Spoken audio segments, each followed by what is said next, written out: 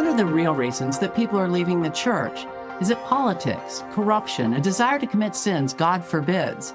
My guest today says that for him, and for many he knows, it was none of those things.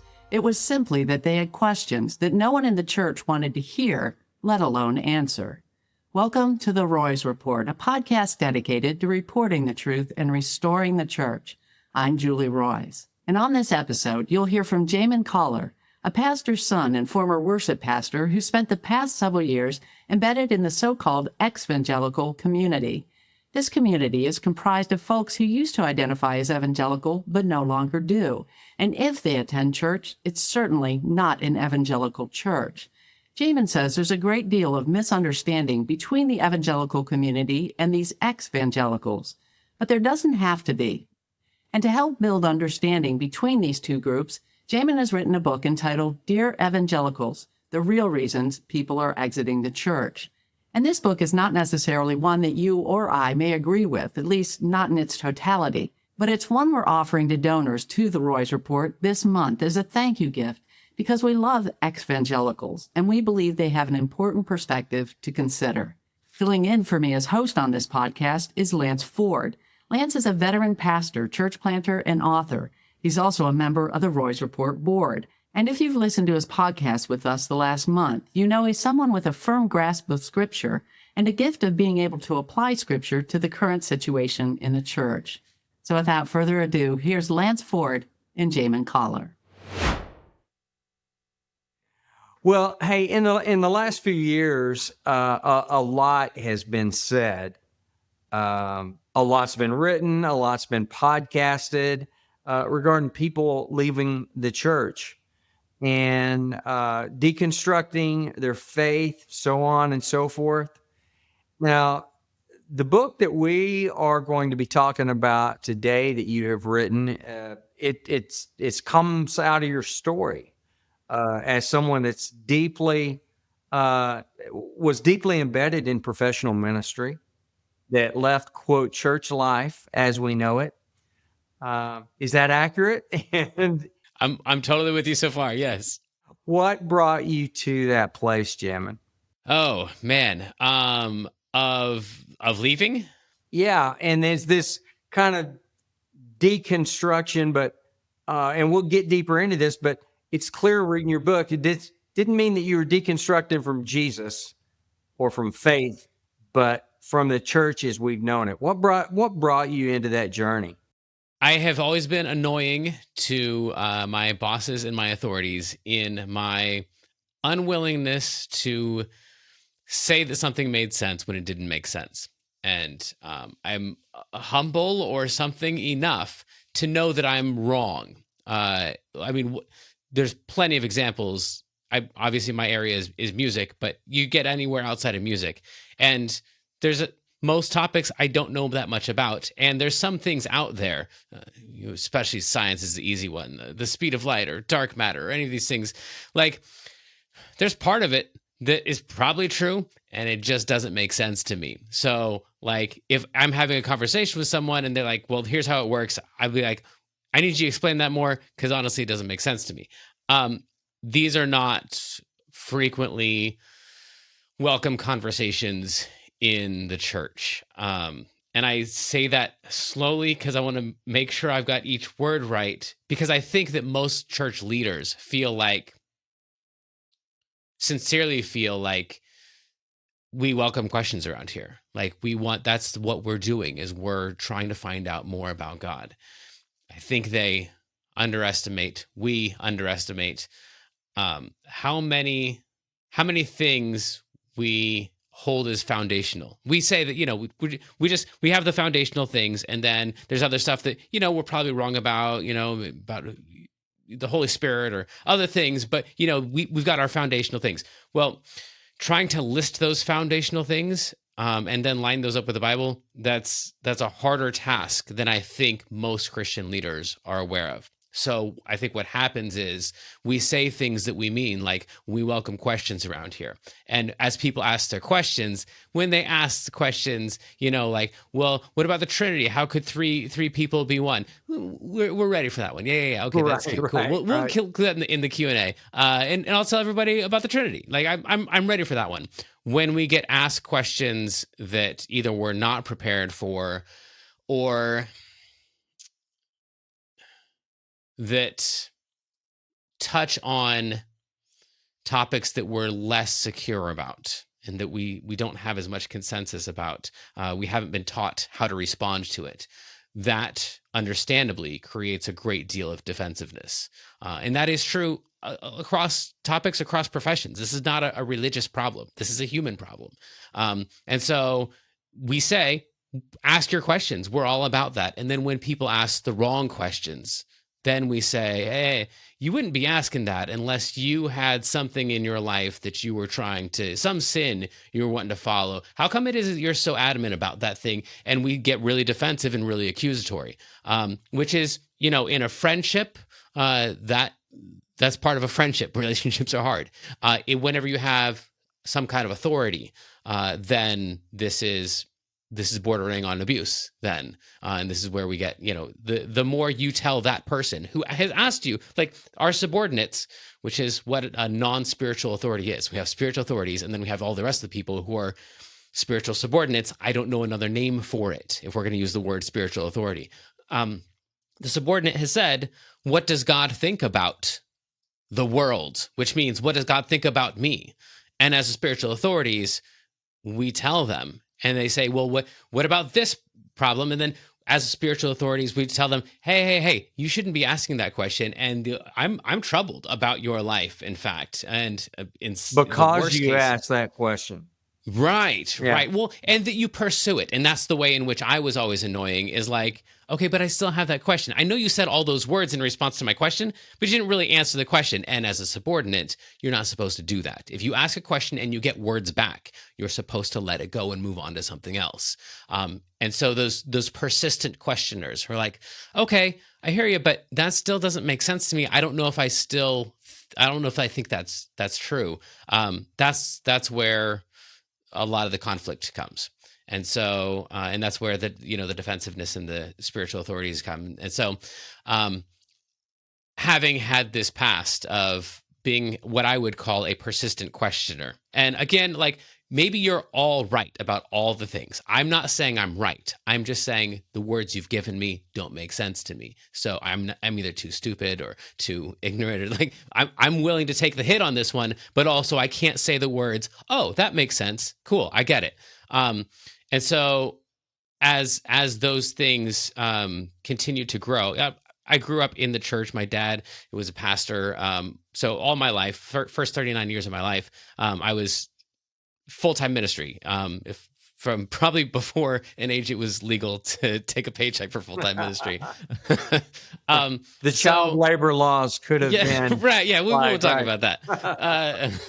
So, like, I knew the rules. Like, I could tell when I was pushing too hard, but also in the back of my mind, I was like, okay, but like, also still, this doesn't make sense, but whatever. Like, if people's souls are really on the line here, because the line is, Jamin, if you go out there and you act like you've got questions about this stuff, there are people who are weaker in their faith, and they're going to start questioning things, and they might end up not a Christian, and they're going to burn in hell forever because you wanted to like play your games of like, I'm not sure all this is right. Like, stick to the line, dude. And if that's true, if people's eternal salvation really is on the line, they're right. I should shut up and just like go with it because it's not worth it.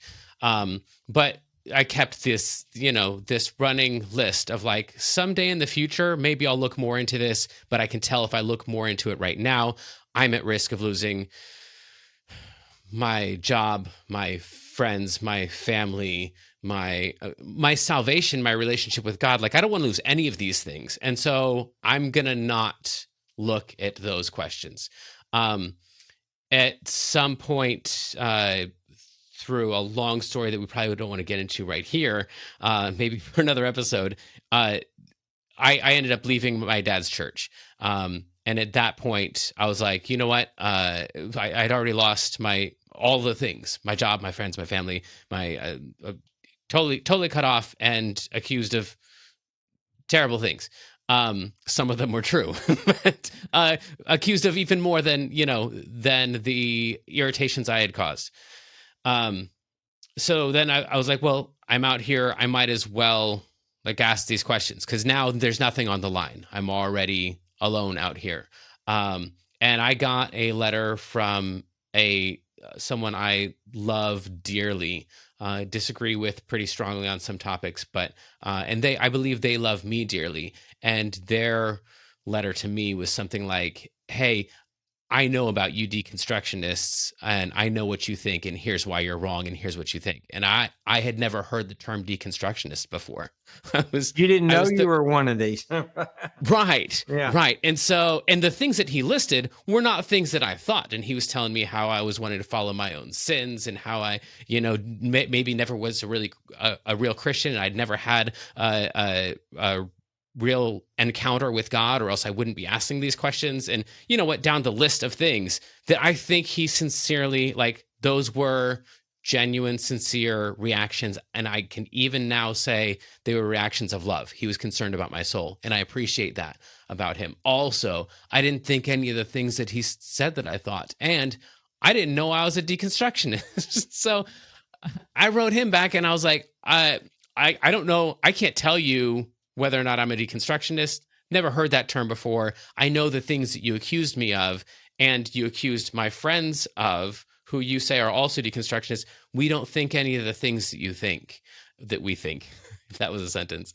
And that's when I realized, looking back on my career in the church, there were probably a lot of places where I saw someone make a choice, and I had my own judgment about why they were doing what they were doing. And it was obvious to me, and I really genuinely cared about their souls. And so I tried to reach out in loving, compassionate judgmentalism to which I didn't know the last word of that was in there while I was doing it, but I tried to reach out and help them and help save their souls.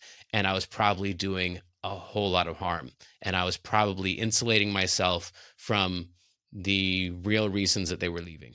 And then, of course, as I got more involved in the deconstructionist community, which, again, I still have a problem with the word, because I don't even know what it means, and I don't think that I am one, but whatever. That's what we're called. So I realize this is a common thing. Everyone that I encounter personally in this community has almost the same story of, they said the questions were welcome, and then when I had a question, then they told me that I didn't love Jesus. And so now here I am, and I don't know what to think anymore. And it seems like this thing that I had constructed has fallen apart. And I was like, well, that would be a deconstruction. They're not wrong, but it's not because I had a problem with this thing. I wanted to keep this thing. This thing was the most important. It was the centerpiece of my life. I built my life, my family, my marriage. Everything was this thing. I didn't want it to go away. And yet I was forced into a position, and then castigated and judged and condemned.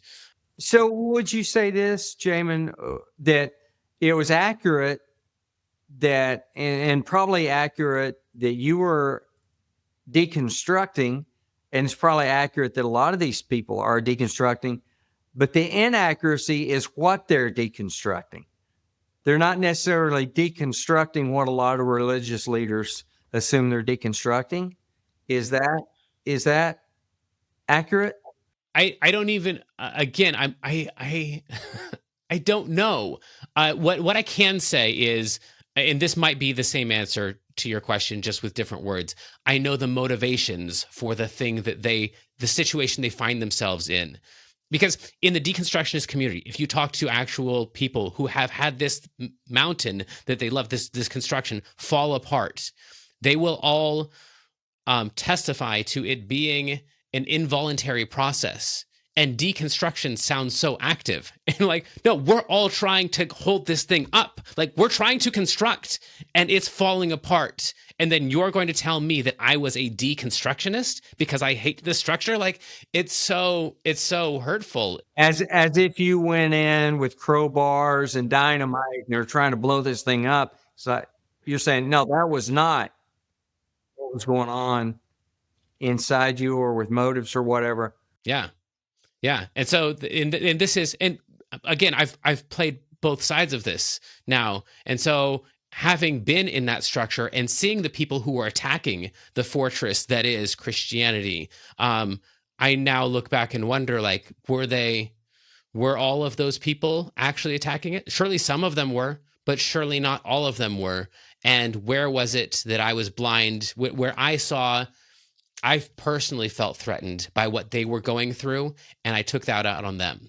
And so I won't deny that there is definitely a conflict between religion and a religion, between Christianity and atheism. And like there is an actual conflict going on, but at least some percentage of it is this horrible misunderstanding that is making people feel threatened who don't need to feel threatened, and deeply, deeply harming people who don't need to be harmed. And that part breaks my heart. Right. So, you know, in reading your book, and the book is written as almost a letter, and then even going through the chapters, this style was great as far as you would drop these little letters in there, and then the subtitle of the book is "The Real Reasons People Are Exiting Church." So you have some data in there, some poll results, etc. And one of the things that I saw reading the book is this constant misunderstanding by church leaders as to why people actually are leaving the church. Talk a little bit about that, about what you discovered about that. Yeah. So the first part, the statistics, I put those in there honestly because you're supposed to. And because they're real, and as church leaders, the business side of the church leader brain wants to know, what's my ROI? Where are my metrics? What do I need to do to get things going in a positive direction? Give me empirical data for this. Right. And what's going to, frankly, what's going to keep me from shutting my doors? Now, if it's just a business, then, we can say that that's capitalistic or whatever. In religion, in Christianity, it gets a little bit more whitewashed because we know our intentions. We know our intentions are good and that we're trying to save souls. And so we can sometimes fool ourselves as to our own motivations. But in the end, it's about like, how do I keep the doors open? And so not that that's everybody's position, but the stats frequently annoy me at this point because I've been to enough pastors' conventions and conferences and seminars and taught at them. And it's, well, we need to focus on this thing. And then, we need to do our decorations this way. Well, we need to structure our worship service this way. We need to, we need to be seeker sensitive. Like there's so much stuff of like, this is what's going to fix the church and bring all the people back. And that misses so many of the stories. And that I feel like the statistics mind is what got me the letter from my friend of like, oh, I've already read the sheet on you. I already know what you think. I already know what you believe. We just talked about it in my pastor conference. Let me give you all the things that I know that are going to fix you, and there was zero, like, tell me more about your experience. Tell me about what you're going through, because frankly, I think that's scary, because what if they bring up something that's legitimate and then I have to question my own the way that I've treated other people based on that, or the way that I've got to question my own relationship with this information.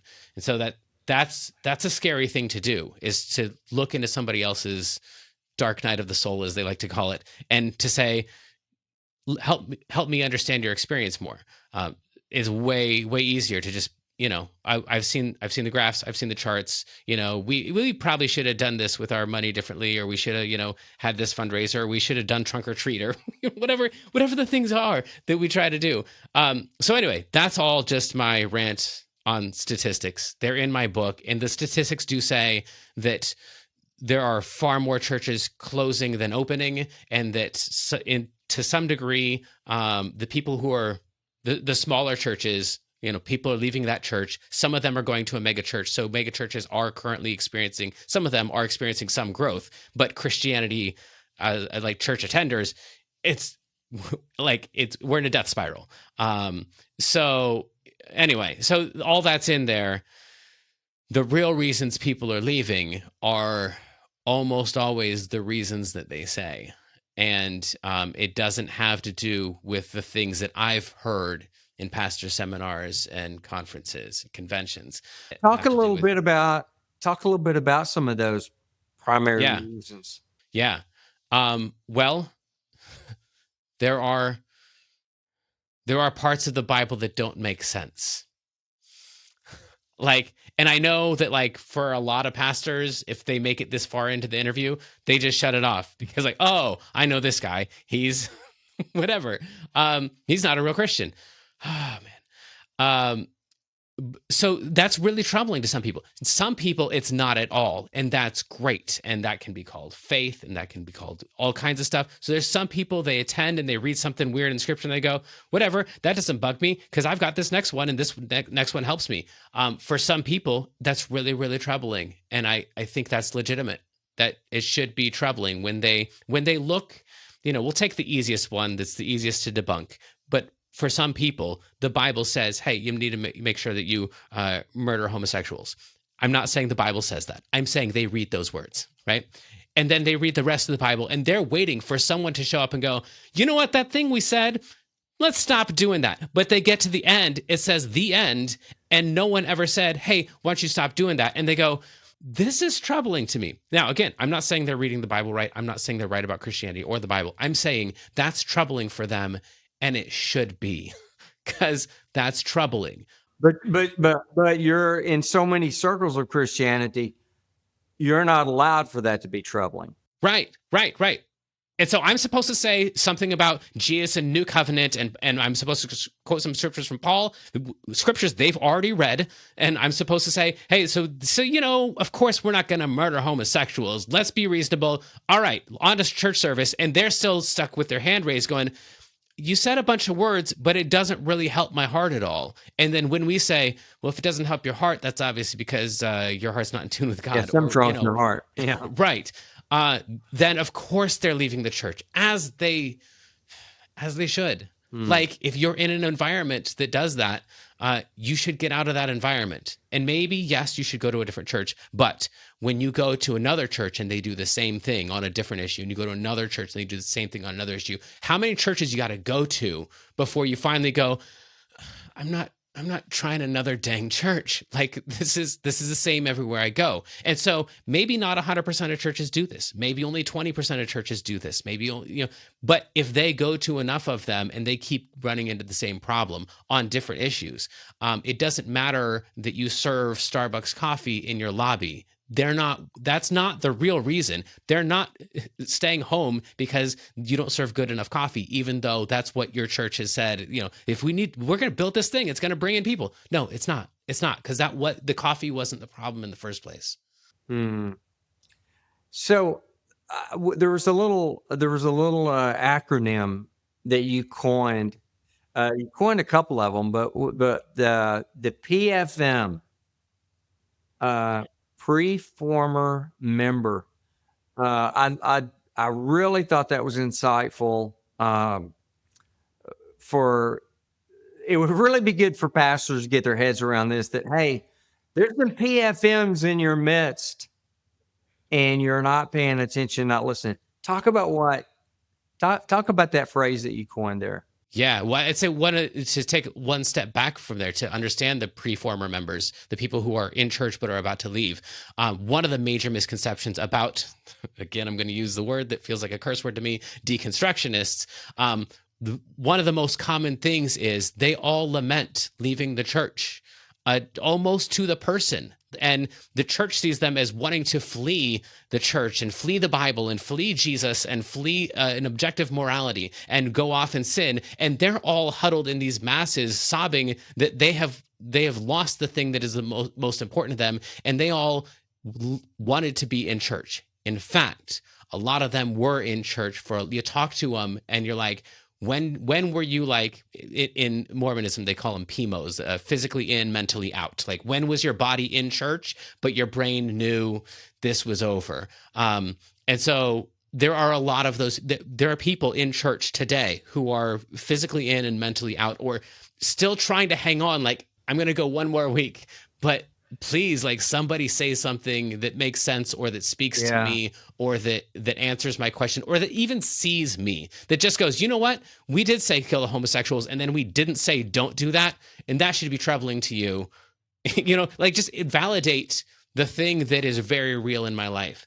And so there's tons of these people who, because they're, when they take the next step, they're in this other deconstructionist community. And so, like, those people in my mind can still be won for the church if we give them the thing that they are longing for, which, honestly, I mean, it sounds silly, but it's the same thing that Jesus did. And I know we can all interpret Jesus in a million different ways, but my interpretation of him for this conversation is that he saw people where they were and he validated their real experiences. And he didn't have to, like, compromise the message or whatever your worries are about it. But he could see a person and go, you know what? Of course you're in the situation that you're in. Of course you're seeing the way the world that you are. You shouldn't be seeing it any other way. This is where life has led you. And I'm not going to tell you that you're wrong or that you're crazy or that whatever. I just love you. And I'm glad that I get to be sharing the planet with you right now. And you need to go out and love other people as well. And so I feel like the PFMs can in most cases be won because they're dying to stay in church. Like, they want to be with you. And so the fact that you can't change your actions in order to keep them, I mean, they're going to become former members. They're going to become deconstructionists, in your words, probably not theirs. Yeah. Yeah. There was one of the quotes that I thought this was so accurate, just from my experience with people.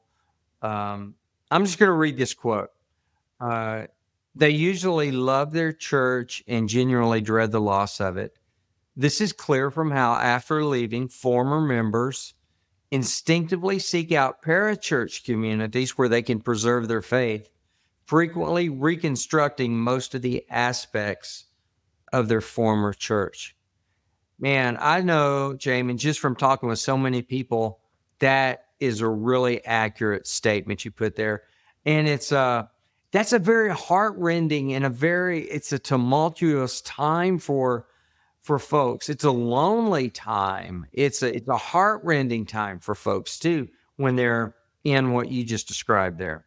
Yeah. I mean, it's that's a tough one. And that's actually an idea that I stole from one of my good friends who led for a long time a ministry that helped get people out of cults. Because what he found is, you go into a cult and you rescue someone from a cult, and then you bring them out, and almost without exception, the first thing they do is go find a different cult to become a part of. And they don't think that one's a cult, because they don't understand what got them into the other thing. And so it's like, well, that's what's super comfortable. And there's so many examples, in other aspects of life where this happens, where you get out of one thing and you end up going into that same type of relationship or whatever in another situation. So I see that frequently in the deconstructionist community, that a lot of them are trying to recreate church. And personally, for me, it seems like that's going to be a losing endeavor. But again,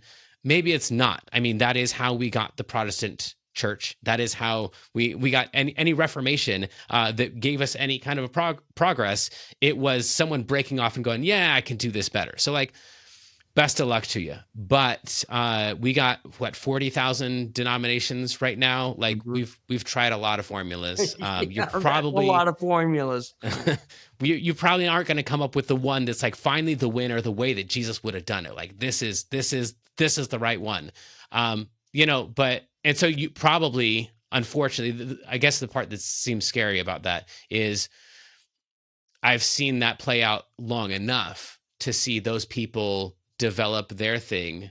They're, of course, in charge of it because they want to make sure that it stays good and stays pure. And they end up hurting other people in the same way that they were hurt before. It's like, man, our species is just, it's rough, relationships are hard, and trying to pursue God and find truth, and trying to tell other people what the truth is. That's a high risk proposition. Yeah, it really is. So what would you say? I'm not going to do the unfair thing of saying if you give one piece of advice, because there is no one piece of advice. But if you could talk to 2 or 3 evangelical pastors that genuinely are like, hey, I really do love people. I'm confused by all this. I want to really shepherd this situation. I really want to listen to what Jesus would have me say to folks that are struggling like this. What would you say to a group of evangelical pastors right now? Yeah, I do. I'm in contact with a lot of evangelical pastors, and the ones that I think are what I'm going to call most successful, which is not the stats thing. Like that, they're not the people with the highest members of their church, but they're the ones who are going to survive this next Christian revolution with their consciences still intact, and with their relationships still intact. They're the ones who listen. And so they tend to be the ones that are, in a lot of cases, they see their church shutting down. Like they can project, 2, 3, 4 years out, or just look at the decline of the church in general. Like if you sign up to be a pastor today, you're probably not going to retire a pastor. In the same way, like in a lot of industries right now, like if you sign up right now, this is not going to be a long-term plan. So if you're in the kind of boat where you can look at it and go, you know what, this isn't working, and also I'm afraid that in trying to make it work, we're hurting a lot of people, and I'm not cool with that, and I don't want to do that. Then those people tend to be really good listeners, and I don't mean listening to me. I mean listening to their congregants, and in some cases that means for them getting out of ministry, because they realize that in order to minister to, in order to heal hurting people, in order to offer themselves, heal hurting people is another one. I guess we won't get into that. But in order to offer the love that they have, they can't do that and accept the paycheck of a denomination. And so they choose ministry over ministry. And that doesn't have to be the case all the time, but unless you're in that position where you go, you know what, whatever the cost is to me, I need to fulfill this calling in my life to love others to the best of my ability. Unless you're in that position, I don't know. You're probably going to try to keep the doors open. And so you probably should focus on your lighting and your sound system, and, tone down your messages. And there's lots of great advice to like keep the money rolling in. I don't know of any easy advice to build relationships with people who disagree with you, and who are hurt by people in your profession. Like that's just a really tough job. And so, like, how do you be a politician and have people's trust? Like, well, right now, it's not a great environment for it, Tough task, right. So we need it. Like, we need politicians, and we need to be able to trust them, but it's just a really tough job right now. So if you want to be a pastor and you want to reach people who have been hurt by church and who can't bring themselves to agreeing with the church industrial complex, that's a tough job, and we need you. But yeah, I don't know of any simple ones. What are you seeing or hearing as far as people that are reconstructing now? They've gone through for good or bad, this label, and we just are using it right now, the deconstructing. But then they're like, okay, they've kind of gathered themselves, they've kind of caught their breath, and they're like, okay, I do want Christian community, whether you call it church or whatever. What are you seeing?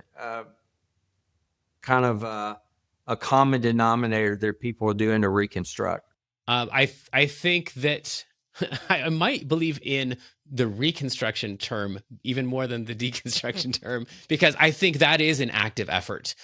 Because I think the reasonable thing to do is, if you're part of a group, let's say you're part of a gym, and you go to one gym and they're terrible to you and they beat you down, and you go to another branch of the same gym and they beat you down. You go to 10 of those and they all beat you down. I think the thing you should do is decide, maybe I don't need to work out that much. Like, maybe I can just stay home, and maybe I can just, go for a walk. Maybe this was a terrible idea. So for the people who go through that experience with church and they decide, you know what, this Jesus stuff is BS, and I'm not with it anymore. Like, I've got a lot of compassion for that standpoint. That seems like a logical conclusion from what you've been through. And maybe later on in life, you're gonna, change your mind. You're gonna cool down from this, or maybe you're gonna continue with it. For me personally, Jamin, interacting with him, like, I don't have a church that I'm trying to win you into, and I'm here with you on this planet, and I love you. And so I don't, like, if you didn't know about Jesus, I would probably tell you about Jesus. But like, if that's what you've come to, then we've picked our paths, and we're still here together, and we can still love each other, and we can still love other people together. Like, you can help me minister, right? And if you're helping me minister, you're a co-minister with me. Labels get really silly in here. So starting at the point of like, I think reconstruction is for the people who are like, you know what, I'm ready to give this another go, but not like that. I'm going to build my own gym. I'm going to create a workout plan at home, and I'm going to invite other people into my home, because I know that this gym, it wasn't about the workout. It was just about those 10 gyms that I visited. That's a pretty brave stance. Like, cool. I'm, again, a little bit worried you're going to end up like that gym that you left, because those are the only gyms you've been to. But, I fully endorse that effort. And I think that's one of the things that makes me even more annoying to the industrial Christians, institutional Christians, is that I'm equally cool with both of those guys. Like, the person who wants to stay in church, like, if that's working for you, I'm for that. If you're pursuing Christ in your own home church, then I'm really, if for all the parts of that are going to truly bring more divine holiness into the world, I'm for that. I'm afraid that there's some other stuff in there, but I'm rooting for your success in all your highest endeavors. Yeah, no, I get that. And it seems to me like that, to a large degree, that it's not so much that people are leaving or wanting to leave Jesus, it's the church that they're leaving. So it's kind of like they're still giving Jesus the thumbs up, even when they're giving the church the thumbs down. And, and it's not even, this is not even like a completely new thing. I mean, I'm thinking 12, 14, 15 years ago, books like Unchristian that came out with Dave Penniman, which basically was the idea that Christians act unchristian or act unchristlike. Dan Kimball had a book come out. I think it was it? No, there was another book that came out called Jesus Saved Me from Your Followers. So this has been going on for a while. It seems like it's gotten to a point, though, where people feel a little more freedom to just go ahead and do it, to jump off. Well, I'm going to take us back another 100 years before that, and 100 years before that, and 100 years before that, and take us back to Fox's Book of Martyrs and all of the people who were persecuted by the church. By the church, right? They are the highest persecution of Christians in history. At least the most notable ones in history have been the church persecuting heretics, and then a little later on going, "Oh, sorry. I mean, you're a saint. Is that going to make it okay?" These heretics became our heroes, right? Right. Yeah. So this is not a new thing at all. However, equally old as people going, I don't think the church is doing Jesus. I don't think Christ is really in Christian anymore. That's followed us since the beginning of Christianity. Also, the church, the institution, or just individuals, even leaders, feeling like you can't reject you can't say that you're for Jesus and reject the church, because our church only teaches Jesus. I'm still looking for that church, and I've been in vocational ministry for 40 years. So, right. Well, I think because all of our 40,000 denominations started out as that person who wanted to start that new gym, and they wanted to do it the right way, right? And they're like, oh, we're not going to do any of that bad crap from before. We're just going to do this the right way. We're not going to hurt the people anymore. Because we've done that 40,000 times, and we've got all these different denominations. Each denomination has like their family of denominations that they think that the things that they all have in common are the things that you can't throw away. And again, it's hard to get an actual list for many of them, but those are the things that when people ask questions about that, I mean, we started this interview by me saying, I think there are things where when people ask us about it, we get defensive about it. And then we just hit on probably the most troubling question, which is, what if Jesus isn't really in your church? Well, how dare you? We welcome all questions in this church except that one. right. So, right. Yeah, that's a real thing. That's an old thing too, is I don't think you're doing it the way Jesus would do it. And then the how dare you, that's all we focus on, is doing it the way that Jesus would want to do it. And man, a lot of people have gotten hurt over that debate. They really have.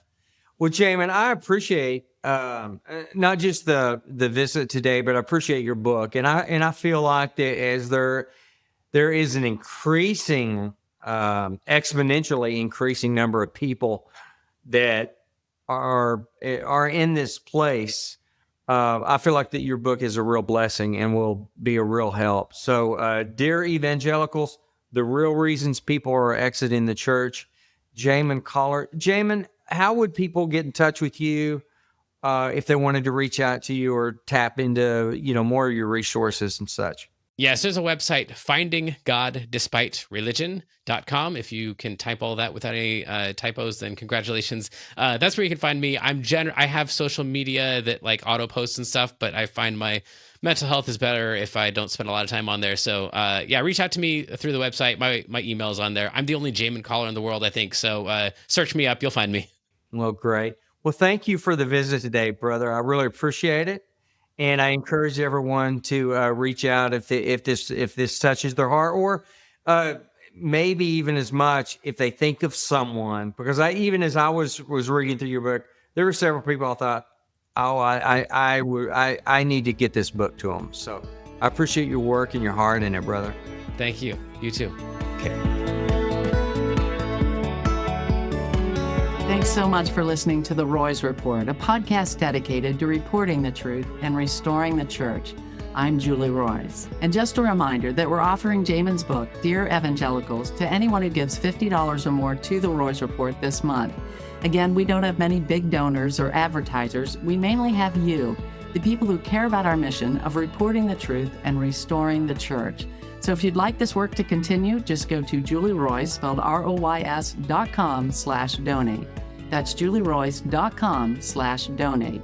And if you give $50 or more, we'll send you Jamin's book. Also, just a quick reminder to subscribe to The Roys Report on Apple Podcasts, Spotify, or YouTube. And that way you won't miss any of these episodes. And while you're at it, I'd really appreciate it if you'd help us spread the word about the podcast by leaving a review.